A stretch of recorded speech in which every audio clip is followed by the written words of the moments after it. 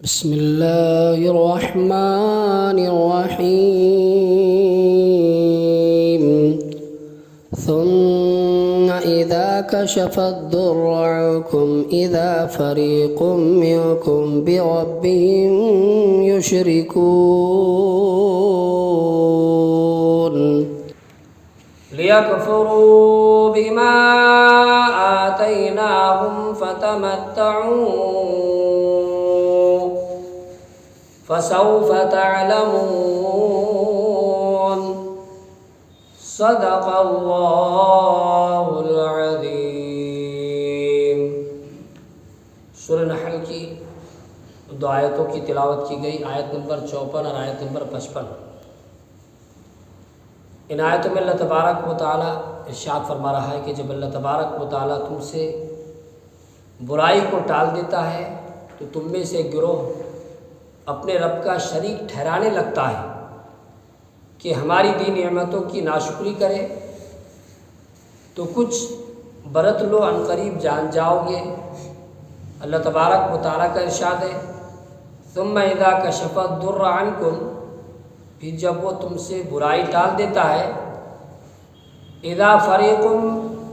منکم بربہم یشرکون، تو اس وقت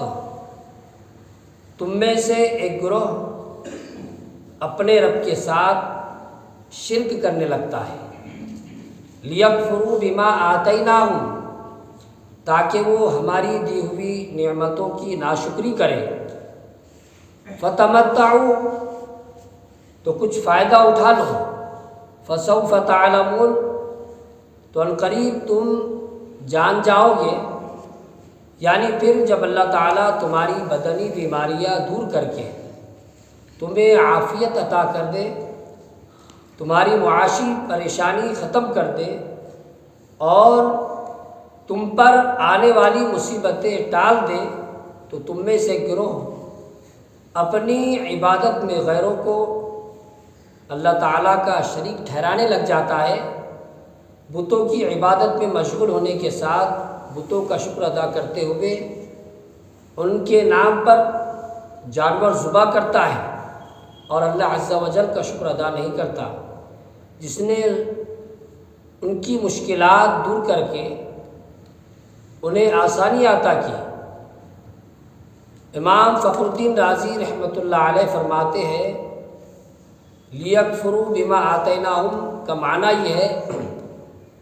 کہ لوگوں نے مصیبت دور کرنے میں بتوں کو اللہ تعالیٰ کا شریک ٹھہرایا، اور شریک ٹھہرانے سے ان کا مقصد یہ تھا کہ وہ ان نعمتوں کے اللہ تعالیٰ کی طرف سے ہونے کا انکار کر دیں۔ دنیا میں ایسے لوگوں کی بہت تعداد موجود ہے، جب ان کی بیماری کی تکلیف بڑھتی ہے تو وہ اللہ تبارک و تعالیٰ کی بارگاہ میں گریہ گزاری کرتے ہیں اور اس تکلیف کے دور ہونے کی دعائیں مانگتے ہیں، اور جب اللہ تعالیٰ ان کی تکلیف دور فرما دے تو وہ یوں کہنے لگتے ہیں کہ فلاں دوائی نے یا فلاں ڈاکٹر کے علاج سے میری یہ تکلیف دور ہوئی۔ یوں ہی جب زلزلہ، طوفان یا سیلاب وغیرہ کی مصیبت آتی ہے تو اس وقت بھی اللہ تعالیٰ کے حضور التجائے کرتے ہیں، دعائیں کرتے ہیں، روتے اور گڑگڑاتے ہیں، لیکن جب زلزلے، طوفان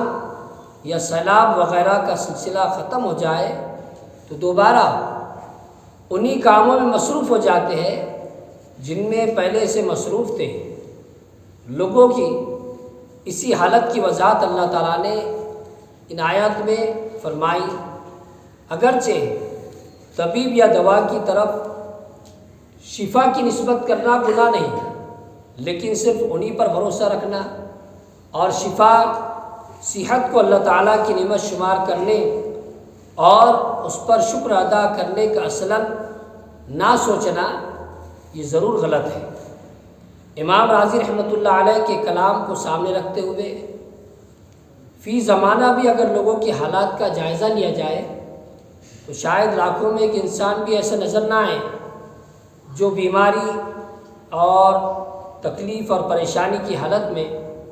اللہ سے دعائیں نہ مانگتا ہو دوسروں کو دعائیں کے لیے نہ کہتا ہوں اور اللہ تعالیٰ کے نیک بندوں سے اپنی مشکلات کے حل کے لیے دعائیں نہ کرواتا ہوں، یوں ہی ایسی حالت میں اپنے گناہوں اور نافرمانیوں سے توبہ نہ کرتا ہوں اور آئندہ کے لیے تمام گناہوں سے کنارہ کش ہونے کے ارادے نہ کرتا ہوں، لیکن جب یہ مصیبتیں اور آلام ختم ہو جاتے ہیں تو اللہ تبارک و تعالیٰ کا شکر اور اس کی اطاعت اور فرما برداری کرنے کے بجائے اپنے گناہوں کے سابقہ سڑک پر پہلے سے بھی تیز دوڑنا شروع کر دیتے ہیں۔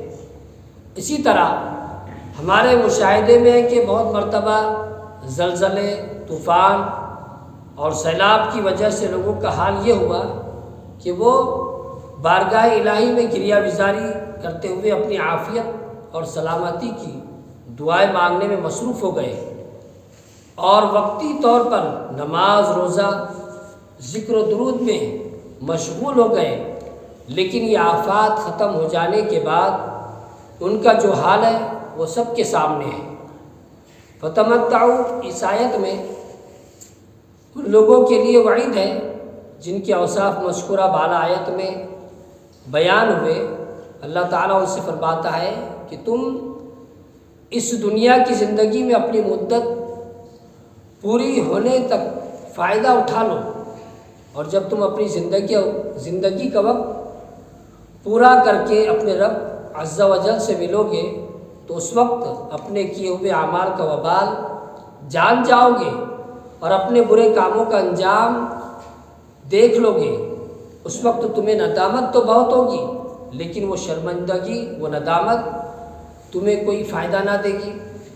صدق اللہ العظیم۔